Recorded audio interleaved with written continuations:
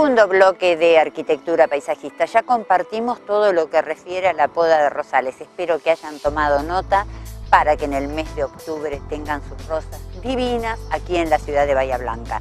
Momento ahora de irnos en mayor escala. Vamos a hablar de árboles y cómo debemos podar nuestros árboles junto a la ingeniera agrónoma María Cristina Gallego.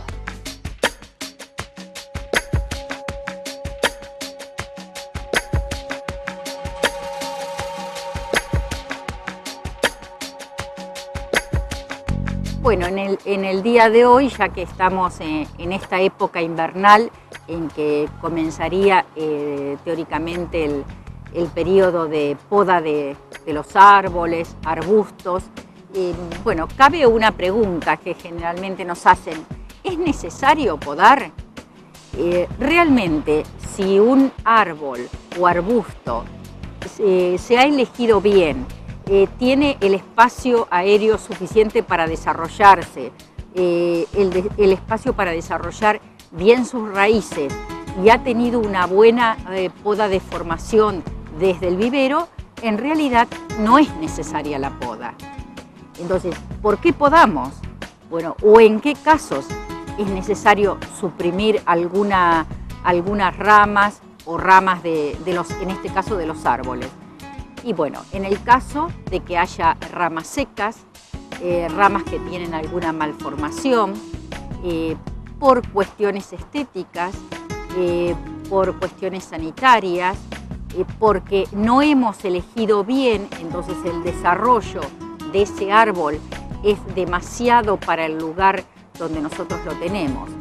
En estos casos yo recomiendo que la poda sea gradual. Lo primero que tenemos que hacer es una poda de limpieza, o sea, de estas ramas que no se notan en buen estado o que no han brotado durante el verano anterior,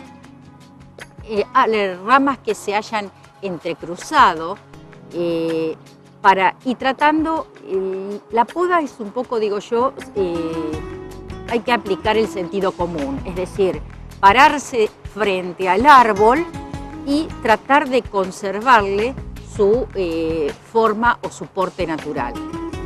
Es diferente la poda en el caso de los árboles del arbolado urbano, que tenemos que tener en cuenta que la altura de porte del tronco tiene que ser más o menos 2 metros, 2 metros y medio. Entonces, en ese caso, cuando hay ramas que son más bajas y dificultan a las personas que están circulando, es necesario cortarlas. Eso se llama refaldado, es decir, siempre y cuando esto se vaya haciendo en forma gradual. Nunca hay que podar drásticamente y recomiendo entonces que se vaya haciendo en forma gradual y usando las técnicas de vida, es decir, tratando de que el corte sea limpio, que no se desgarre, para que luego ese corte tenga una buena cicatrización. Cuando nosotros cortamos, se produce como un reborde que se llama labium, y eso con el correr del tiempo se va cerrando, se va suberizando y no es necesario, en ese caso, ningún otro tipo de tratamiento. Cuando los cortes de ramas que hemos realizado son importantes, a veces recomendamos tapar con mastic, algún ungüento que se use para después de la poda u oxicloruro de cobre para desinfectarlo. En el caso de que nosotros hayamos elegido bien, formado bien y plantado bien, realmente la poda no es necesaria. Las ordenanzas en las ordenanzas municipales están perfectamente indicadas las épocas de poda y cómo debemos podar. Yo aconsejaría que antes de tomar alguna medida con el árbol que tenemos en nuestra vereda, tratemos de pedir asesoramiento. En caso de que alguna de las ramas del árbol tapen alguna columna de alumbrado, lo que tenemos que solicitar es un aclareo o desmochado de esas ramas. Es fundamental que podemos con la herramienta apropiada, o sea, las ramas de diámetro más pequeño se cortan con las tijeras habituales de mano. Cuando las ramas tienen mucho mayor diámetro, necesitamos esos serruchos curvos de poda, y cuando vamos a cortar ramas de altura, hay tijeras especiales para hacer este tipo de cortes. Hace pocos días observaba al personal de espacios verdes cómo estaban podando las acacias viscos que están en el Parque de Independencia, que lo hacían con estas tijeras de altura. Y vuelvo a aclarar que el corte debe ser limpio, sin desgarrar, y es aconsejable después de cada pocos ejemplares desinfectar nuestra hoja de la tijera con un poco de lavandina, con alcohol, para evitar transmitir enfermedades. Siempre debemos podar cuando cuando no hay floración y cuando no hay frutos. Es decir, lo ideal en el caso de los árboles de hoja caduco es podarlos después de la caída de las hojas, es decir, en invierno, en esta zona julio y agosto. También se habla de podas en verde. Esto ocurre durante la época estival, que podemos hacer algún corte de alguna rama para darle aireación a nuestro árbol, o alguna rama que esté molestando o esté mal formada, o por cuestiones estéticas, lo podemos hacer, pero siempre y cuando esto sea muy leve, no poda drástica.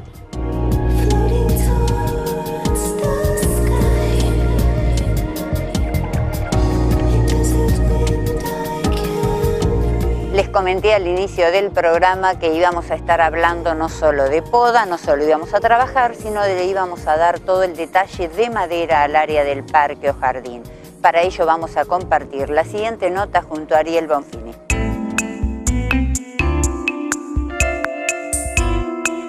Bueno, Ariel, un placer recibirte en el programa nuevamente. Buenas tardes, Alba, gracias. No, por favor, gracias a vos. Contemos un poquitito qué vamos a presentar el día de hoy. Bueno, Alba, lo que vamos a presentar hoy es una pérgola de estilo clásico, diríamos, porque la más clásica de todas las que trabajamos, que está construida íntegramente con madera dura. Todo lo que es la estructura es tirantería y postes de quebracho, sí, y todo lo que es la cubierta es de eucaliptus grande. Eso es interesante que lo digas, porque muchas veces aquel que quiere construir una pérgola, cuando vos hablas de madera dura, ¿de qué estás hablando? Estamos hablando generalmente de quebracho, estamos hablando de guayubira, estamos hablando de anchico, estamos hablando de laurel, que son las maderas que a lo largo del tiempo son las que más durabilidad van a tener. Perfecto. Siempre y cuando tengan el mantenimiento adecuado. Este modelo en particular de la pérgola tiene separaciones, ¿cómo está construido? Este modelo tiene una separación de listones, bueno, lo que es tirantería tiene una separación de entre 50 y 70 centímetros según las longitudes que tengamos, sí, y lo que es la cubierta, el deck, tiene una separación de 3-4 centímetros, lo que nos permite que el paso de la luz sea un paso equilibrado, ni mucho ni poco. Exactamente. O sea, ahí lo que buscamos es que cuando el sol esté bien perpendicular, no lo deje pasar en su totalidad, pero sí que lo deje pasar lo suficiente como para tener buena iluminación. Eso es lo que es aconsejable si nosotros no queremos perder por completo la luz hacia las ventanas o hacia el espacio que nos da. Exacto, eso sería lo aconsejable. Después, según gusto del cliente o de la persona, puede ser menos, puede ser más, pero lo aconsejable es esa medida, 3-4 centímetros, 5 centímetros.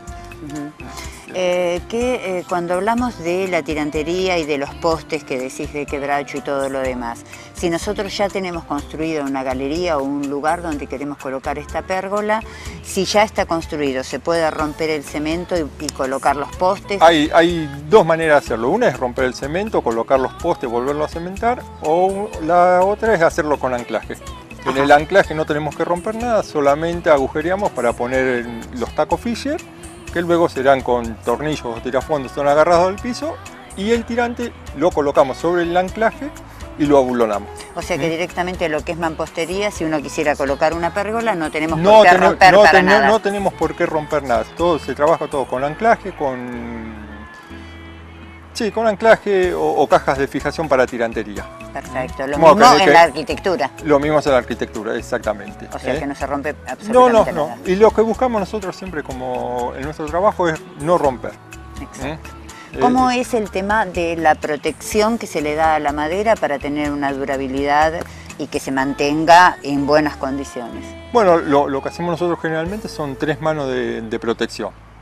Le damos una primera mano, dejamos que seque, una segunda y una tercera. Después la nueva protección te lo va a ir diciendo la madera. Capaz que yo te digo 1 año, pero capaz que la necesitas dentro de 2 años o capaz de 9 meses. Pero con una buena protección, por calcularle 1 año, año y medio, no necesitas volver a protegerla la madera.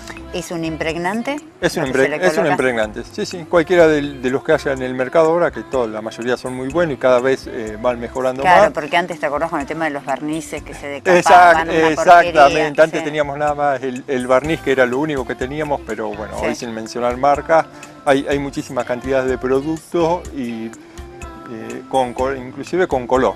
Y también con efecto mate, semimate, Exacto, brillante. yo lo que aconsejo generalmente que la primera mano sea incoloro, porque ya la primera mano con el incoloro resalta mucho la madera. Y por ahí queda, al cliente le gusta. Entonces después, si no le gusta incoloro, no le gusta el color natural de la madera, tiene Le la puede posibilidad subir de ponerle un tono y subirlo al color que le guste. Bien, y en esta propiedad en particular también tenemos un portón. En esta propiedad tenemos un portón que también fue íntegramente construido con la misma madera que se hizo la cubierta de la pérgola. Exactamente, se copió el mismo modelo que tiene la cubierta de la pérgola en un portón. La misma madera, la misma distancia entre listón y listón. Es una opción muy bonita para seguridad, para cerrar un espacio. ¿Cómo nos garantizamos que un portón así no se venza, no se caiga en la punta? Bueno, que no se caiga en la punta es muy importante el tamaño de la bisagra. Como vos ves en este caso, tiene una bisagra amplia, bien abulonada, que nos permite que el portón no vaya a ceder en ningún momento. Y el trabajo en cruz también. Que le Y el trabajo en cruz nos permite que el portón no pierda la escuadra y que no se venza la madera hacia los laterales. Porque veo que acá lo manejaste en una sola hoja. Acá lo manejamos, es importante eso, también muchas veces generalmente se hace en 2 hojas, pero acá como teníamos un espacio reducido, lo tuvimos que hacer en una sola hoja. En el tema de las 2 hojas, la posibilidad de que se venza o se doble la madera es mucho menor.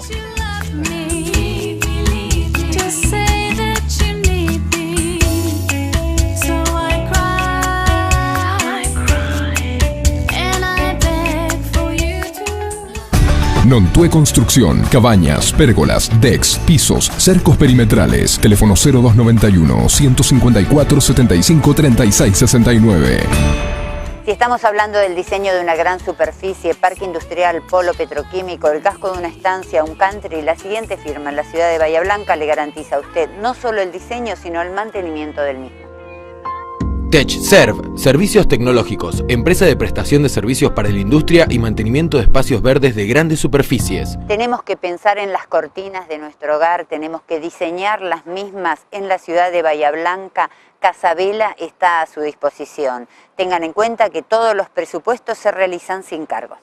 Cortinas Casabela, roller, paneles orientales, romanas, asesoramiento y presupuesto sin cargo. Teléfono 154 27 13 26. Luciano Dutari, Antigüedades y Modernidades, Sarmiento 1389.